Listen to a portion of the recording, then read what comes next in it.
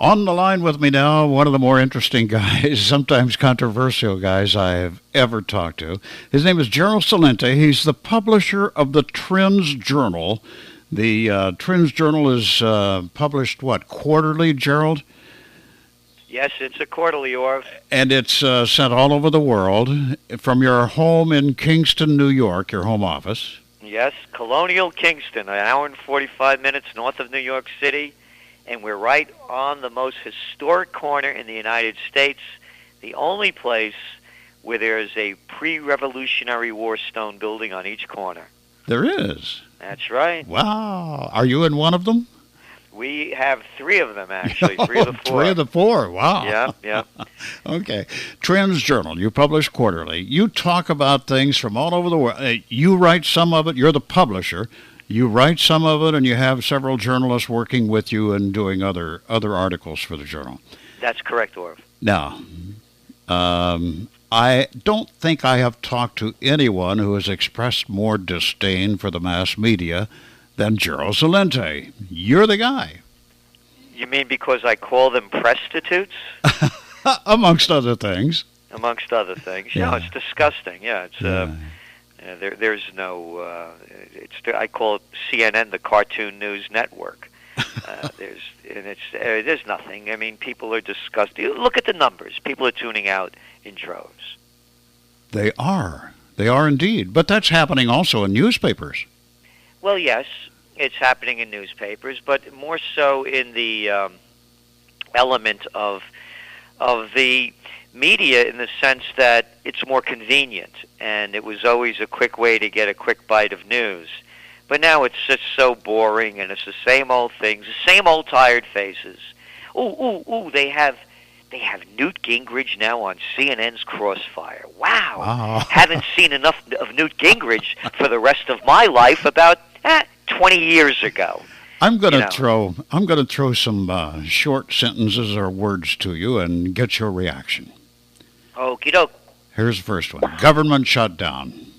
Well, it's the D.C. drama queens and the Beltway circle jerks. It's more of the same and worse. Everything they touch, they turn into a losing situation, whether it's running the government, starting and losing wars, bailing out too big to fails, and overtaxing the people. It's what you expect from the incompetents and the inepts. Obamacare. There's four words that killed capitalism. Too big to fail. In capitalism, there's no such thing. You rise and fall on your own merits. Obamacare. It's not socialized health medicine. It's forcing the people of the United States to buy health insurance from private giant insurance companies. It's called the merger of state and corporate powers in both instances. The merger of state and corporate powers is called fascism. And that's what we're moving toward. And as you look at the militarization of the American police and society, I see that's the trend. Obamacare, to me, is only going to make the big insurance companies richer, the big hospital chains richer, and give the American people less care and costing us more. Costing more? But yes, the word costing, up front the word up front is going to save you money. Well, yeah. I'm telling you that Saddam Hussein has weapons of mass destruction and ties to Al-Qaeda. I smoked, but I didn't inhale. Read my lips, no new taxes. I mean, how many more do I have to go through? Here's the deal. You have a cap. They put a cap on it for a single person. Uh-huh. That's about $6,400. Yeah. Hey, what are people making these days, Orv? I mean, you're looking at 95% of the jobs created in the last year are part-time jobs. So you're making $25,000, $30,000 a year, and you got to put out $6,500 to cover your costs that weren't covered under Obamacare. A family of four. Oh, the average is about median income $54,000. Yeah, but you know what we're going to do? If you go over, it's going to cost you about $12,500 out of your pocket. Oh, by the way, we're going to have all these different plans. And guess what? You're going to get lousy coverage. We're going to tell you who to go to, where to go to, and when to go. Now, this is Obamacare is, as I said, whether it's under Bush with the merger of state and corporate powers with bail too big to fail, or Obamacare forcing us to go to private companies for our health, it's called, according to Mussolini, the merger of state and corporate powers, fascism. Next word. Government surveillance. Look at the cover of the TrendsJournal, Mm-hmm. the surveillance state. As I look at world religions today, and I was raised Catholic, and you can name any one of them, and I look at the politicians today, I can see how far they've all strayed from the roots. America today, and the president, whether it's Obama, Bush, Clinton, go up and down the list. The last great president to me, by the way, was Eisenhower, who I saw as a young boy. It's so far from the Constitution and the Founding Fathers. It's a disgrace what this nation has become. Surveillance state. Could you imagine they are watching us? Who are they? Why is this being allowed to happen? It goes back to a merger of state and corporate powers. It's called fascism. And the fascist element of this is, who's getting the money to watch us? Orv. Oh, how about, what's the name of that company out there? That, Booz Hamilton? Yeah, one of them, yeah. It's the military and cyber-industrial complex. It's a takeover. It's a disgrace. What are those people say? What do they say in response to you? Do they contact you? No, they don't contact me. You publish this journal, and it goes all over the world, and you have subscribers all over the place to the TrendsJournal, and you're writing about these people, and you're on the air with me, and you're on the air with a whole bunch of people all over the country talking about them like that. They don't respond? No, as a matter of fact, a number of them subscribe. That's right. A number of government agencies that we're talking about subscribe to the TrendsJournal. Before we get away, how does one subscribe to the TrendsJournal? Just go to TrendsJournal.com, TrendsJournal.com. And by the way, we know, because we live in the real world, where, I wasn't like these other guys born on third base and thought I hit a triple. We know that people are having a difficult time out there. So we have a discount request page, and we try to make the TrendsJournal available to everyone so that they can read history before it happens and prepare for the future. Gotcha. History before it happens. But you also do you're on television, aren't you, virtually every day? Well, part of the TrendsJournal subscription is we do TrendsJournal News. Mm-hmm. So we do the real news, not the prestitute news. And we cover global issues. I was just a subscriber just wrote in, for example, talked to me, about, I mentioned about a different country, and I said, you made a point of this one country, and you're making it a big deal. On the Trends in the News yesterday, I spoke about 7 different countries, and so we really do cover the globe. So, for example, people don't really know what's going on in Greece. They're getting a one-sided take on this Golden Dawn, and they're calling them neo-Nazis. The media is giving you one side of the story. Yeah, and they're giving you the side of the story being sold by the government. Yeah. Are they neo-Nazis? Possibly, but what's the Greek government? Again, neo-fascist, a merger of state and corporate powers. And you see what they're doing and how they're doing it. Now they're dissenting any political group that they don't like. They're making it against the law. But the reason we write about this is not our interest in the Greek government, but really what's going on throughout Europe. Europe is a year and a half away from exploding, whether it happens in Greece, in Spain, in Portugal, in Italy, or in France. Far too few have much too much, and way too many have much too little. And there was no Arab Spring. It was about poor people being disgusted about being poor and a few people taking all the dough. Just like here in the United States. Go back, bring it all together. The gap between the rich and the poor, the wealth divide right now is as great as it has been since 1913. Wow. Now, my guest, by the way, is Gerald Celente, publisher of the TrendsJournal, and I said up front that Gerald Celente is a little bit on the controversial side. Now, Gerald, react to these words. 1, 2, 3, 4, 5, 6 words here. Lies, damn lies, and government lies. Read my lips, no new taxes. I didn't have sex with that woman, Monica Lewinsky. I smoked, but I didn't inhale. Same thing. Yeah, I say, yeah, I'm no crook. Okay. I don't know how people, when you look, Orv, in going back from today, Sunday, going back to the week, what a disgusting spectacle of people that call themselves our senators and congressmen. Who can have any respect for these people? And when you know what it's like, it reminds me of? It reminds me of little girls and boys in sandboxes and throwing sand in each other's face. That's the level that they have stooped to. All these tough-talking people, and none of it's hurting them. Oh, you know the other one I get a kick out of? Tell me. When you look at the media this whole week, what do they talk about? The parks being closed down. Oh, yeah. Oh, the veterans going to the parks. Yeah, yeah. Do you know what the budget for the parks are? No. We have essentially a $4 trillion budget. Yeah. They give we the people the grand total of a budget for all the federal parks, $3 billion. Which is That's just dropping the bucket. 0.0%, Yeah. of the federal budget. Yeah. Okay. Yeah. Next question. Okay. Global economy.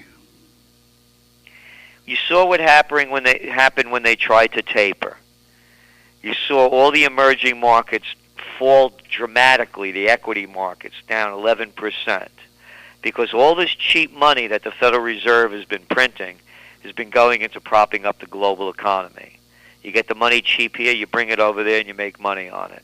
And when you saw them start talking about tapering, the cheap money started drying up and the global economy started going down.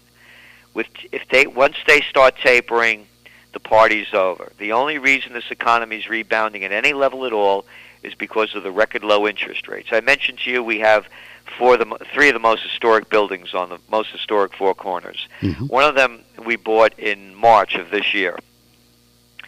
We got an interest rate of 2.85% locked in for 15 years. Mm-hmm. What's keeping this going are the record low interest rates and flood of cheap money. Mm-hmm. When the cheap money pump dries up, and it's not only the United States, it's China. China's dumping a ton of yuan into this system to keep it alive. Once the hot money turns cold, the economy declines globally. Gerald Celente is my guest. Next, let's see, global warming, pollution, water, those kinds of things. Well, there's a real water crisis. Do I know about global warming? I'm not going to take a stand on it. I'm not a scientist. But here's the way I look at it, Orf. If you dump trillions of tons of poison and waste into the air, into the land, and into the water, it's going to have some kind of effect. Mm-hmm. And as I look at the waste of water, and I, as a trend forecaster, look at the numbers coming out, and we did a big story on tapped out, we called it, of the water crises that are emerging around the world. I can say with pretty much certainty that the water crisis is real, and that the pollution issues are terrible. Look at everybody. I used to have a friend of mine, 55 years old, dying of pancreatic cancer.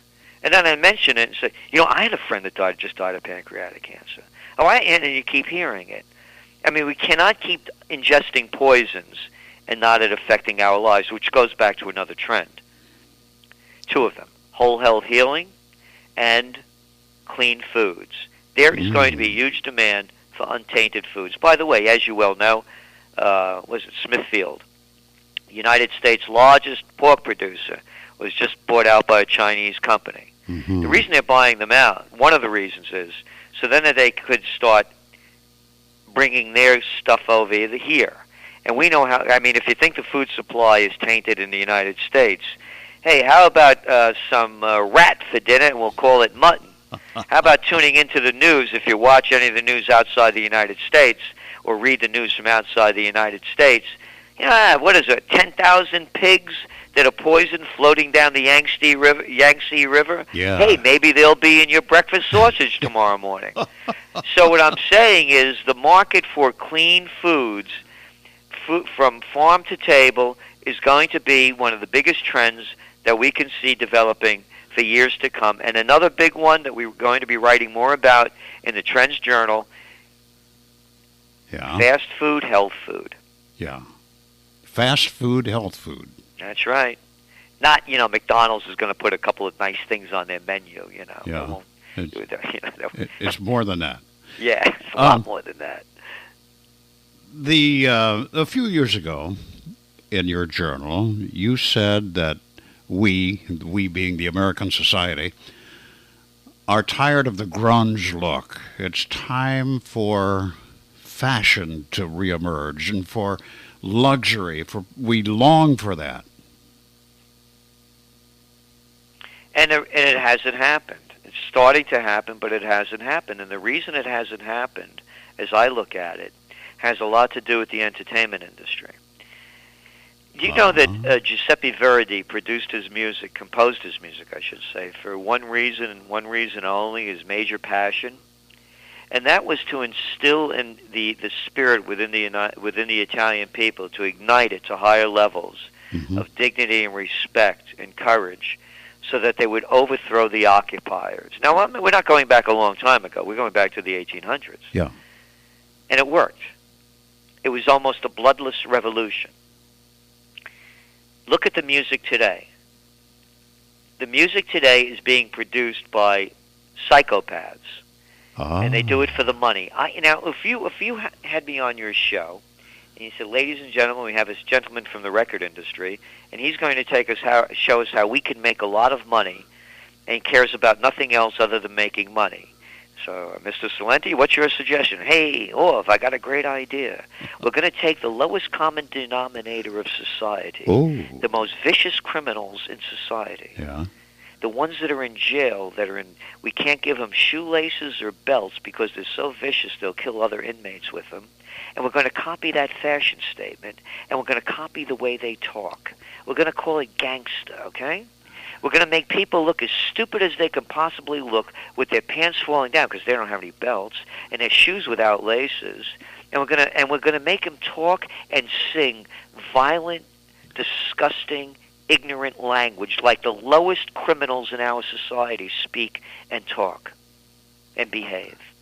And we're going to call it gangster. And we're going to call it rap, gangster rap. And why is Hollywood doing that? As I said, because you have sick people in charge. You have sick people in Hollywood, just like you have sick people in D.C. And by the way, it's the same thing, because politics is show business for ugly people. Great analogy. I like that. Gerald, one more thing. In your Trends Journal, one of them recently, you said one of the trends in the world is war. Well, look what just happened. You saw John Kerry go before all the Senate and House committees trying to sell war. You saw President Obama trying to sell war. We just heard Prime Minister Netanyahu threatening again that if he believed that Iran was going to develop nuclear weapons, that Israel would attack Iran. We're looking at Syria in war. We're looking at the United States did a wonderful job, by the way, with that time-limited, scope-limited kinetic action in Libya that destabilized all of northern Africa, Mali, and continues to breed more unrest. You have a civil war going on in Egypt. You have one going on in Bahrain and Yemen. Look what I mentioned Greece earlier in this interview. It's a civil war going on over there. The world is moving toward war. As the world economies decline, the last thing they do when all else fails, they take you to war. And we're very concerned about war. When people have nothing else to lose, what is it you say? They lose it. That's right. That's your phrase. Yep. When people lose everything and have nothing else to lose, they lose it. Interesting. Gerald Celente, so nice to talk to you today. Very interesting. What a fascinating guy you are. And once again, to get that Trends Journal, we do what? TrendsJournal.com. TrendsJournal.com. Thank you so much, Orv. Gerald, nice to talk to you. Thank you. Thank you. Bye-bye. Bye.